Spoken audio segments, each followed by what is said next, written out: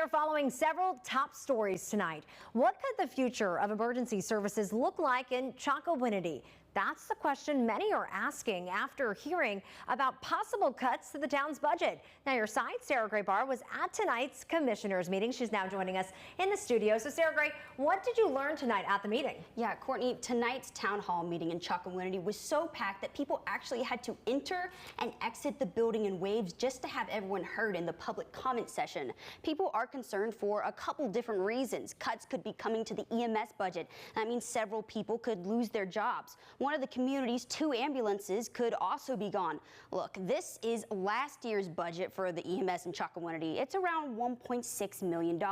And this is the proposed budget for tonight, around $960,000. That's a difference of more than $500,000.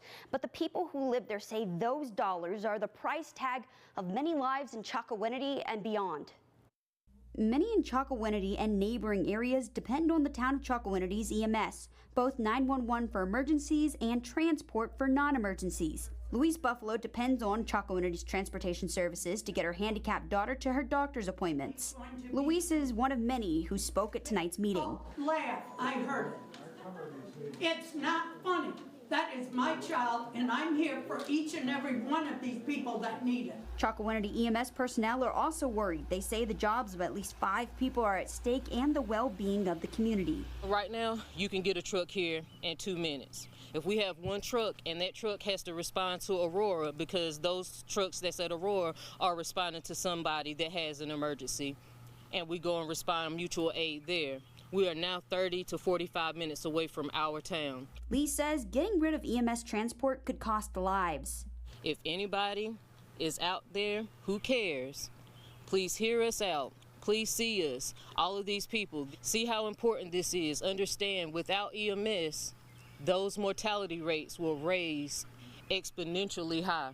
At the meeting, Police Chief and Acting Budgeting Officer Ralph Whitehurst explained that earlier in the year he was asked by commissioners to construct a budget dividing EMS into 2 different departments, 911 and transport services. It was a decision made by the Board of Town Commissioners to dissolve EMS transport business. After the board elected to dissolve the transport business by vote, a subsequent budget just for the E911 truck was submitted. In the meeting, the mayor asked the board to consider reinstating transport services. Commissioner William Albritton says he's for the transport. He said the board wanted to split EMS 911 and transport to get a better idea of how money was being used. He added the town was not supposed to be using Beaufort County tax dollars to fund transport, and that the split was needed. It was supposed to generate enough money not only to pay for itself, but pay for the second truck for the 911 because of the number of calls.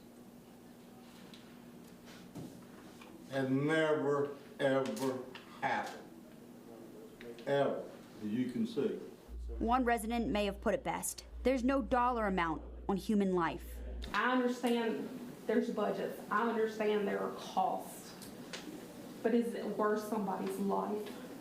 You put a dollar amount on that, and you need to figure out where to get this money from. At the end of the meeting, the commissioners decided to move forward with the public hearing. They scheduled it for June 18th. When I talked to the town attorney and the town clerk, they told me the budget must be approved by June 30th. We'll continue to follow this story on air and online at WNCT.com. In studio, Sarah Barr, 9 on your side. Sarah Gray, thank you.